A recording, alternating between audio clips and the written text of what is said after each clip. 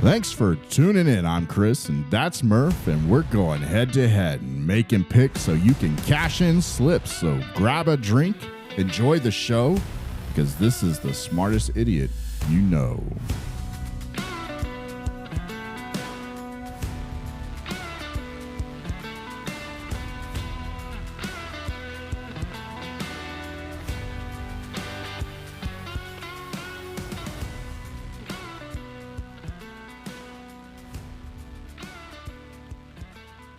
Welcome back. Welcome. Thank you for tuning in again. My name's Chris, and this is the smartest idiot you know. Murph is typically here with me, but he is also going to not be here again. And hopefully he can be with us next week, but we'll play that year by year and see what happens. But don't fret. I do have his picks, so we'll get into that later on. We'll go over what he picked and what I picked, but man, what a Thursday night game so far. This Joe Flacco is he might be what the Bengals need. And we'll get in more in the Thursday night game towards the end. But let's dive right into what this weekend holds for us. There's 7 games out there that I like that I'm going to get into. I'm going to give picks for all of them, but I'm going to do a dive into 7 of them. And the first one's going to be Los Angeles Rams versus the Jacksonville Jaguars. They're both 4-2 overall. They're both 4-2 against the spread. Their offense, the Rams, they have a great passing offense. You know, they don't put up a lot of points per game, but they do put up a lot of yards, and they put up a lot of passing yards. And they're going against the Jaguars, which they have a great rushing defense, but they have holes in the secondary. And they're also most likely going to be without Devin Lloyd. So the Rams are not running the ball well, but they're in the top throwing it. And that complements against going against Jacksonville here, because they're soft in the pass and tough on the run. So this one, the thing that troubles me about this game is that it is played overseas. And we've seen all these games that have been played overseas in the last couple years, and they have not turned out to be what I think of as good games. We look at the last one. It was the Broncos versus the Jets, 13-11. A field goal fest with a safety. I mean, we're talking about the Broncos, who have arguably one of the best defenses in the league going against another team that is winless, and they only won by 2. And you know, it's not just that one; it's the game before that one, and then the game before that one. I mean, the overseas just does not have a great record as far as from us that are looking at it from good games. So if you're going to back anybody on here, be prepared for it to not happen your way and be okay with it, because whatever happens overseas is different from what you could expect happening here in America for some reason. But I have the Rams -3, and Murph has the Rams -3 as well. The next game would be the New Orleans Saints at the Chicago Bears. And I'm looking forward to this game. I think this game is going to be one that I probably would want to watch. If I had the Sunday ticket, this weekend slate has got a lot of games that I would want to multi-screen here. Not watch on Red Zone, but I would actually want to physically watch all of these games on their own dedicated screen. Because there's a lot of good games, a lot of potential good games this week. I think there's maybe 2 or 3 that I could go, I'll read the box score. But the Saints versus the Bears, it's a 1-5 team versus 3-2, but it's a game that I'm going to want to watch. Why? Well, the Saints, every single game have been kind of hanging in there as of late. I've been seeing some progress from them. Have they been winning games? No, they haven't. But on the flip side, I've seen that with the Bears too.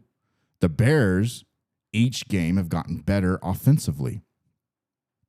They have climbed up the rankings offensively each game. And Ben Johnson's done a good job to compensate for whatever flaws they have on offense and to kind of shore that up. And you're seeing that game by game. Defense needs some work, though. They're really good on takeaways. But everything else, the rushing yards per game, dead last. The rush defense, not very good. Yards per game, not very good. The passing yards, defending that pass, they're middle of the pack. So, I mean, it's the Saints on the other side, though. Their defense is mediocre. They're right in the middle on their defense, which that could win you games depending on the offense you're facing. And then their offense, it's more towards the bottom end, whereas the Bears, it's more towards the middle in all of the statistical categories. So here, the spread is 5, but I feel like the spread really should be 3. I think the Bears would win by 3 here. And for that reason, I'm going to side with the Saints. I feel there's something that tells me that, I think the Saints, with how they've been doing the last few games, they could cover 5 here. Murph has Chicago Bears. So Bears -5 for Murph, and I have the Saints at +5. We have another good one, which is going to be the Indianapolis Colts versus the Los Angeles Chargers. Indianapolis Colts are 1.5-point dogs.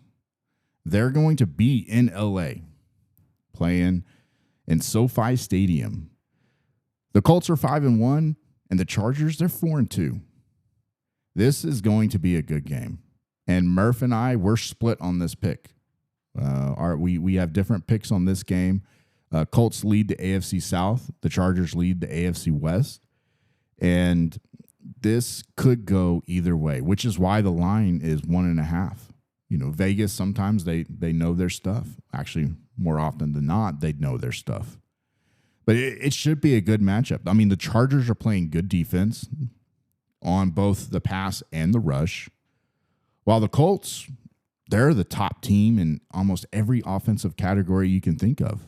And the public is all over the Colts. And that kind of scares me because so far this year, the public has not done very good on these on these big games. Wherever the public has sided the most, the public has lost for the most part. I think they've won 3 games out of, 18, where the public has been a heavy side. And Indy is a heavy public favorite there. They're a dog in this game by just 1.5. But I think Indy squeaks this one out. I think the offensive line injury is still holding the Chargers back, but, I'm torn. My gut says that Indy squeaks it out. But I'm going to go with the Chargers because at some point Herbert has to right the ship. And as good as the Colts are, I think they go 5-2 here. And to me, it's basically a pick 'em. It's a 2-point game, a 1.5 game. The Chargers, they have a really good passing offense, but the offensive line really hinders it. They're not running the ball the greatest. They do play defense. And like we mentioned, the Colts, give me an offensive stat that they're not really good at.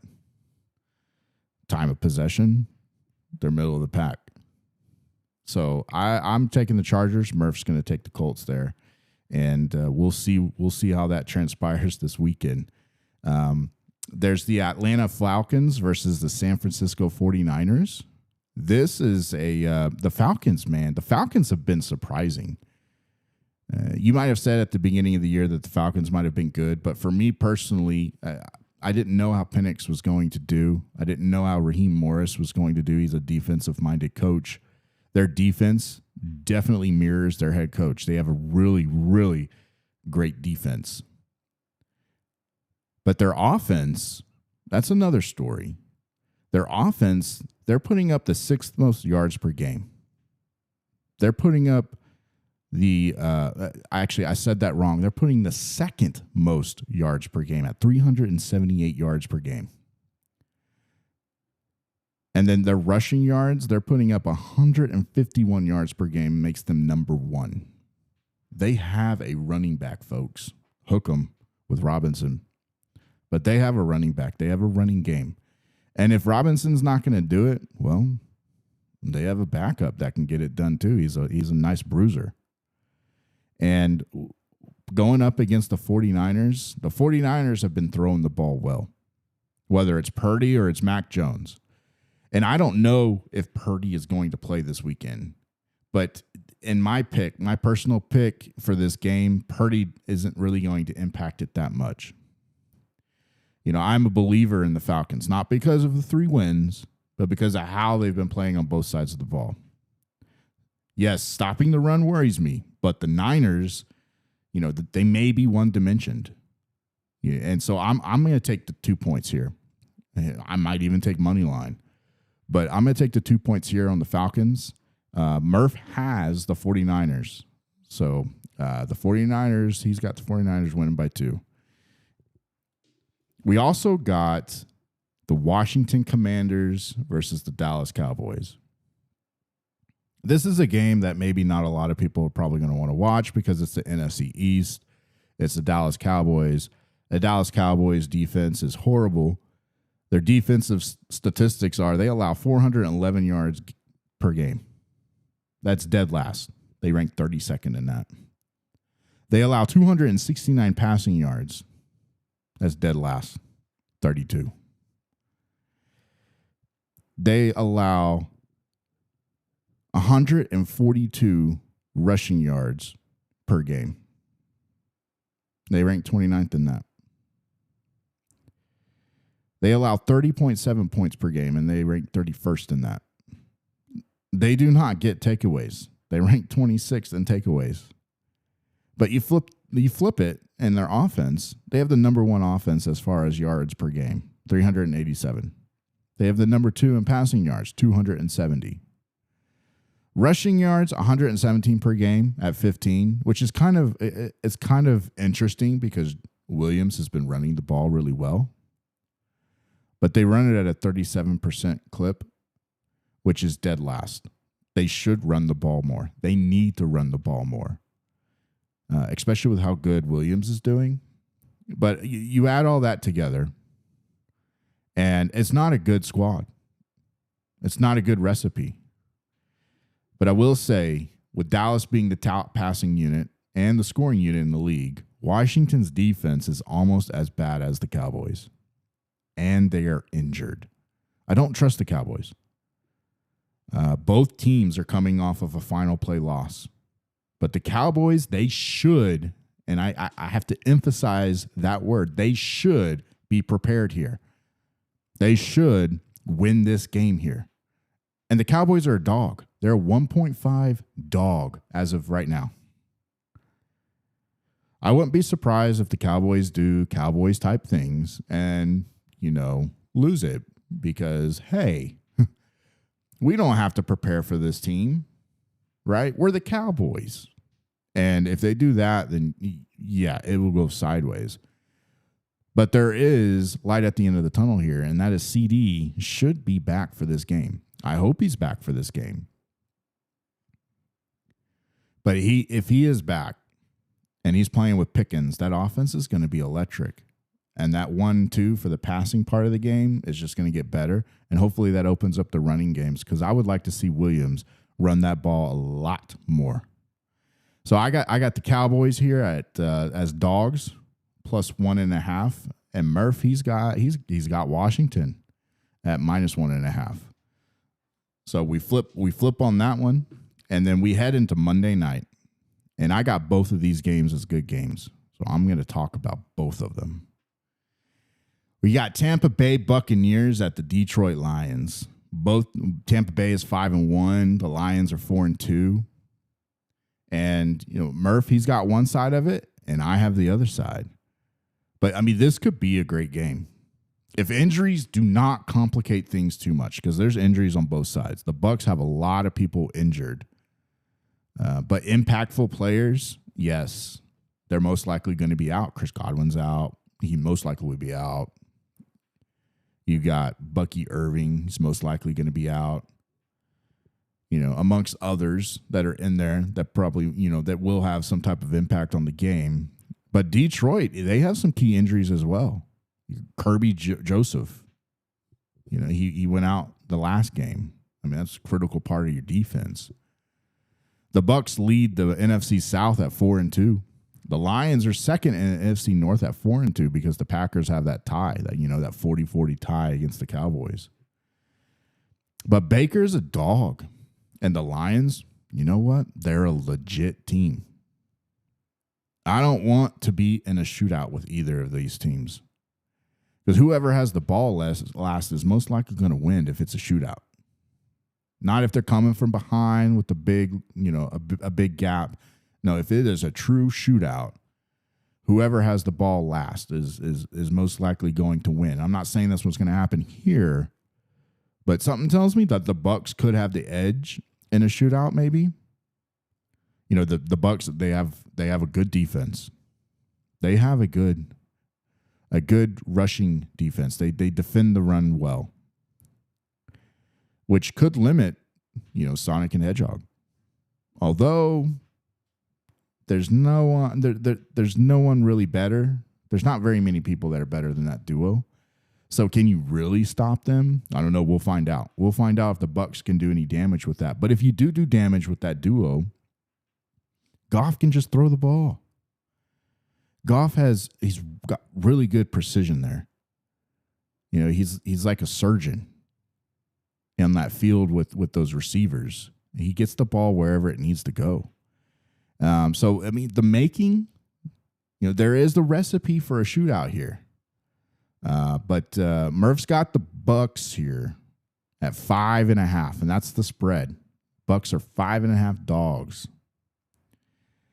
I'd lean Detroit here. I don't like the 5.5 though. I don't like it, but I feel like if it's a shootout, I need to play the 7.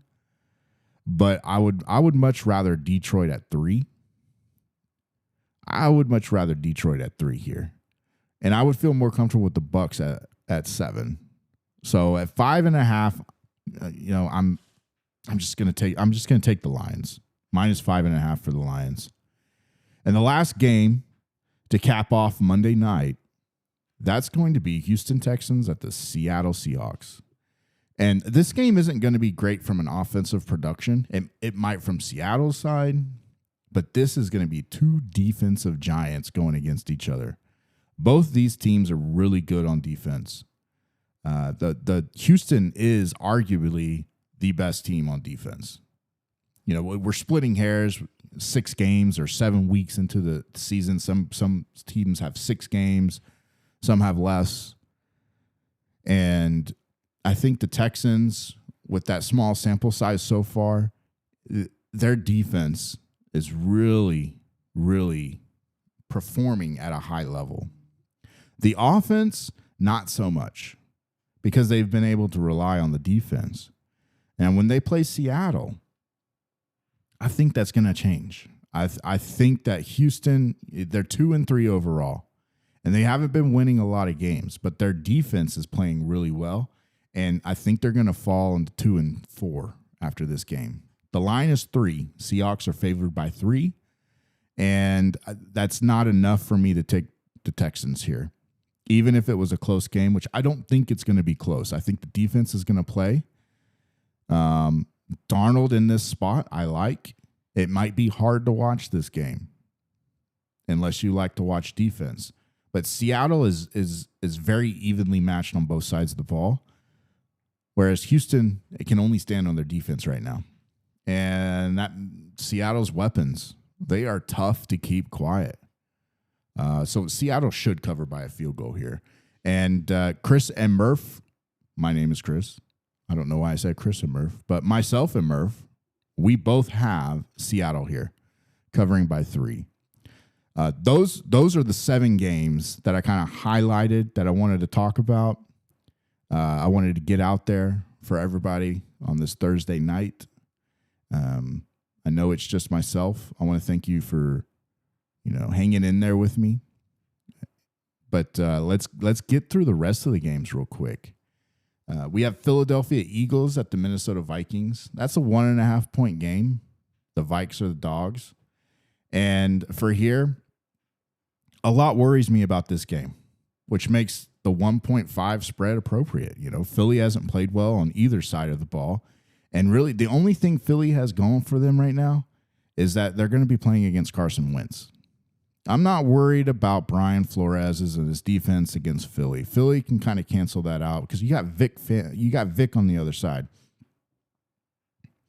I think that the offense, Philly does create a lot of yards per game on offense, but they're not doing much on the rushing or the passing side. They ranked 25th on rushing the yards, but they ranked 8th in rushing percentage. And some of that could have to do with the tush push and Jalen Hurts maybe holding it. But when it comes down, Philly being 4-2, the Vikings being 3-2, you could argue that the Vikings maybe should not be 3-2. The Vikings are not a 3-2 team. They're more probably below the Bears right now in those standings if they were playing to their true potential. And I think Philly can take advantage of the Vikings here. Maybe, just maybe, the Vikings finally not the Vikings. Maybe the Eagles finally figure it out and break it open. It's hard to see that because here we are 6 games in with the Eagles, and we haven't really seen much with them. But they're 4-2. They've coasted with it. And so I have the Eagles favored at 1.5. Murph has the Vikings at plus 1.5. We have Miami Dolphins versus the Cleveland Browns. I'm sure everybody's thinking that this game is going to be low scoring. This game is going to be a dooze fest. I kind of differ on that. I think this game might actually blow up to be a little bit higher scoring than people think. Dylan Gabriel could have a multi-TD game here. But if Cleveland is smart about this, they would just hand it out to Judkins. Just run the ball. You're going to win the game if you just run this ball. And I think that could be what happens. But if they decide to throw, as long as they run the ball at an appropriate clip here, Cleveland should win this game. So I would have Cleveland by 2.5. It's a field goal. Cleveland's 1-5. So is Miami. They're 1-5. And Murph also has them at a field goal as well. One game that kind of I just don't like. I don't like this game. I think the spread is too large. It's Las Vegas Raiders and the Kansas City Chiefs. The spread is 12, and it most likely will grow. I'm not a big fan of the 12-point spread for the Chiefs. Yes, they played the Lions, and yes, they beat the Lions. I think it was 13. But the Chiefs, especially a division game, AFC West versus AFC West, they don't necessarily blow them out. And the Raiders, they're hurting. They're missing Jacoby Myers. They're probably going to miss Brock Bowers. They're just not performing like you thought they may have at the beginning of the season with the weapons that they have with Geno Smith and Gianti. And that defense, they should have had a better defense than they have out on that field right now. But Kansas City does have a defense, but they don't always play up to their potential. And that's the 12, it worries me. But even though the 12 worries me, I'm taking the Chiefs at minus 12, and so is Murph. And then we have another game that really doesn't need any analysis. It's going to be the New England Patriots at the Tennessee Titans. Tennessee Titans, they fired their coach. This could have a bigger storyline with Vrabel versus Callahan, but they canned their coach.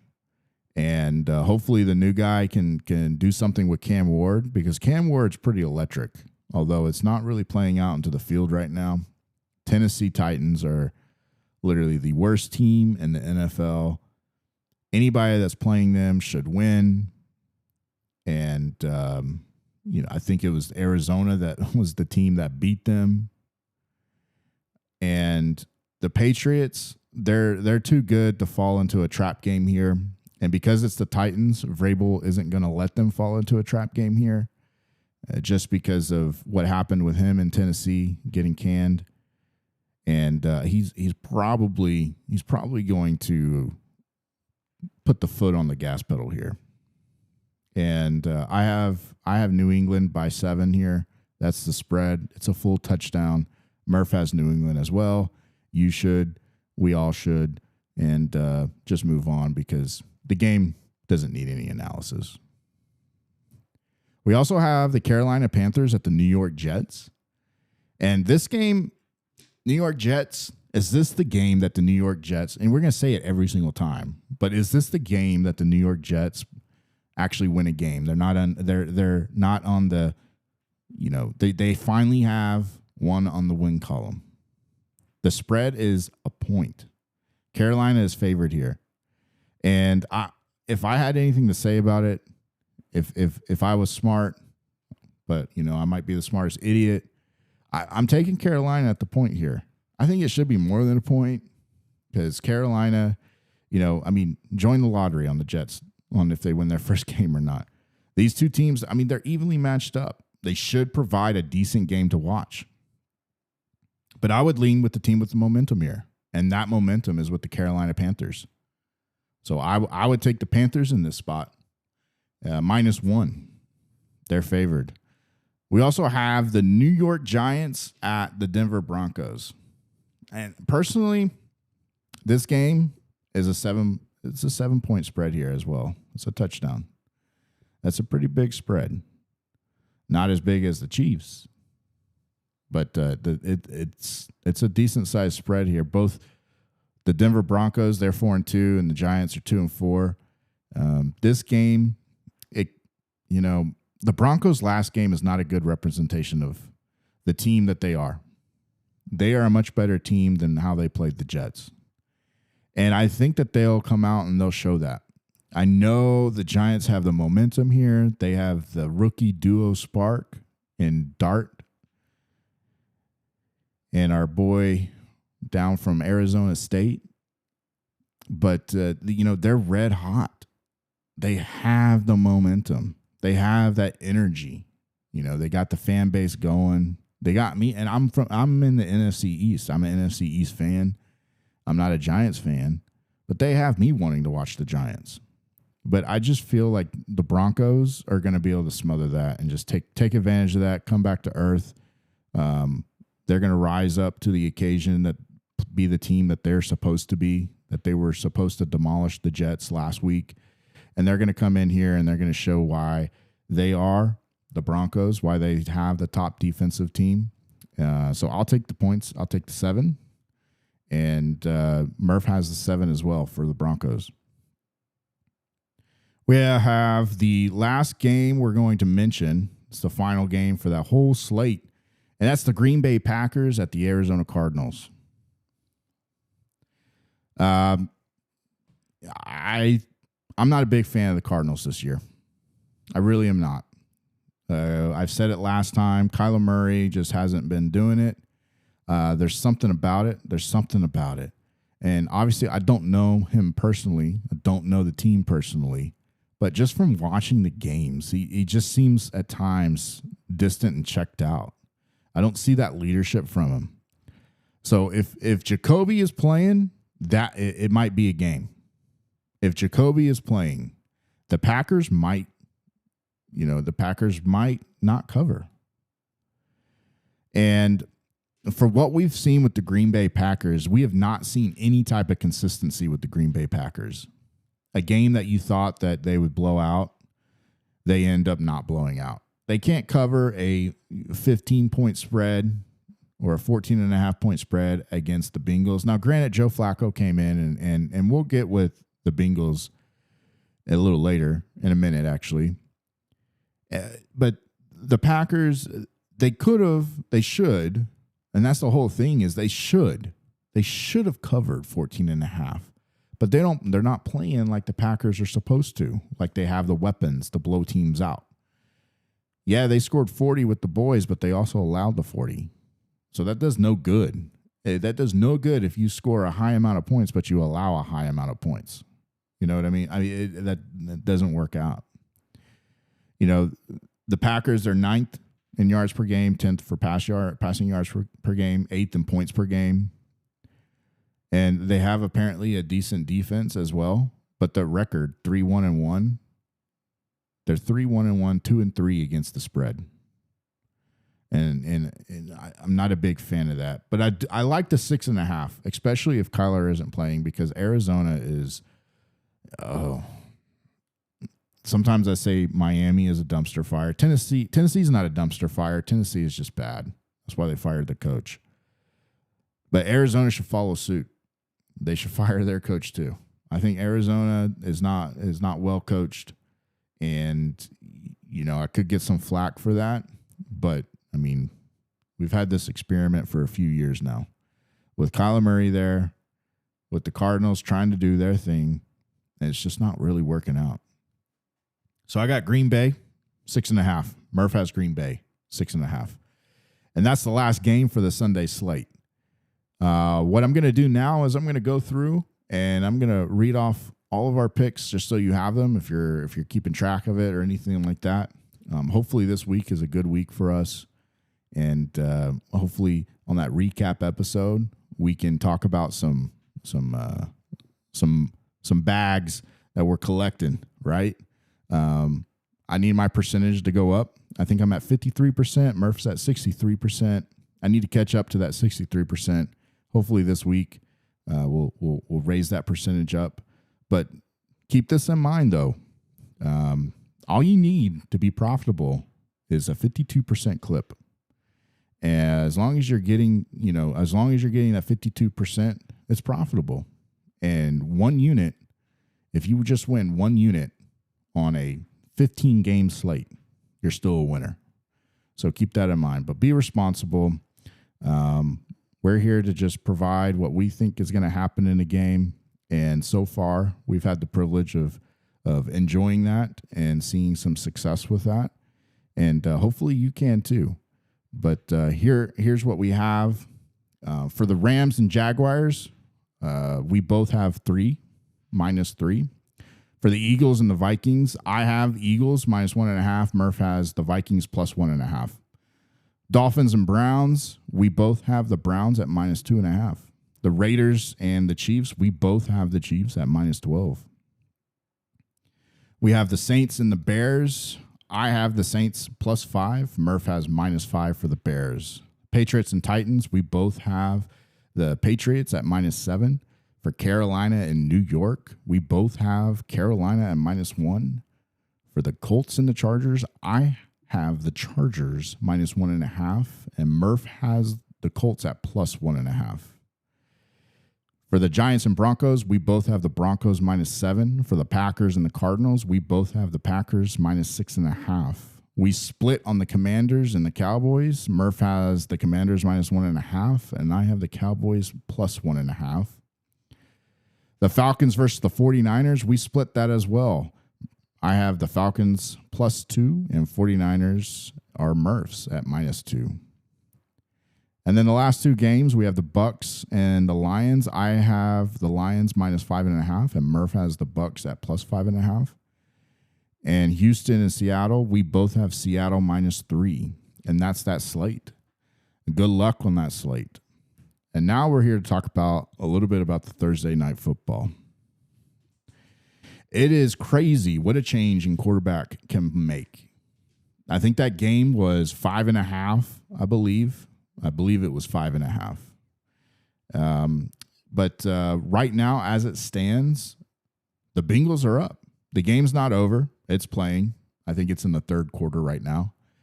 And, just you can see, just from a running perspective, Flacco opens it up. He can get the ball out to Chase. He can get to his receivers, even if the Bengals lose this game. Even if they lose this game. It just shows you the value of a decent quarterback behind center. Even though they don't have a great offensive line, these are the best offensive weapons Flacco has had to use, I believe. And he's getting the ball out good to Chase. He's reading the lines. He's reading the checkdowns.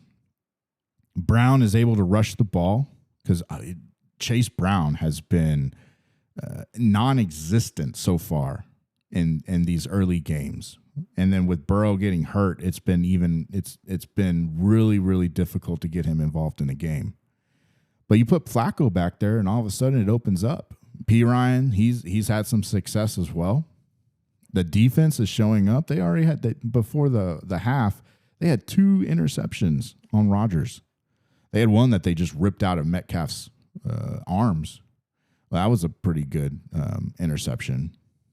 But for the most part, though, it really just proves home that Joe Flacco, even if he's not a great quarterback, putting him behind center for the Bengals with those weapons, it really changes the dynamic of the game.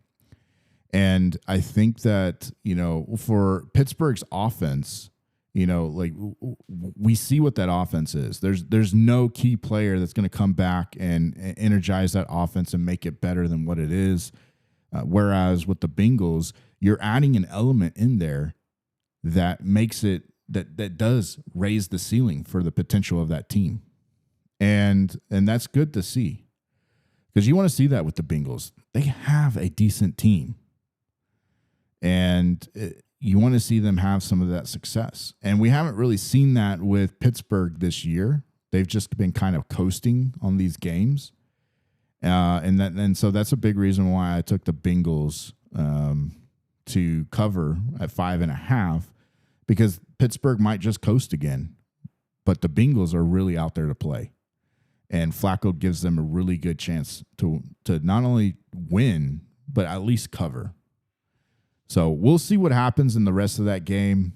I could be eating my words. I mean, it's the middle. We got 4 minutes, I think, left in the third. But even if they lose, I think Flacco being on this team really energizes and changes the dynamic. It's so crazy that the Browns traded him in division. And I think I said it last time. If the bottom of that division with Baltimore and the Browns not having very many wins, they probably wouldn't have made that trade. But the Bengals already having 2 wins, being second in the division, and if they can get this win over Pittsburgh, puts them in a good situation. And I think Burrow is coming back this year, and I could change it as well. So, good for the Bengals to make that trade. However, I'm still scratching my head as to why the Browns made that trade inside their own division. But outside of that, I think that's enough of the football talk for today. That's enough probably for you hearing my voice. I think last episode I went pretty long. I can be long-winded, but I appreciate you hanging in there. Hopefully Murph can come back soon. But this weekend, enjoy a lot of these games. These are going to be some good games. And grab a drink, enjoy some football, and I'm going to see you next week. Hopefully you got some slips to cash. But this is the smartest idiot you know. My name's Chris. I'm out. Good luck.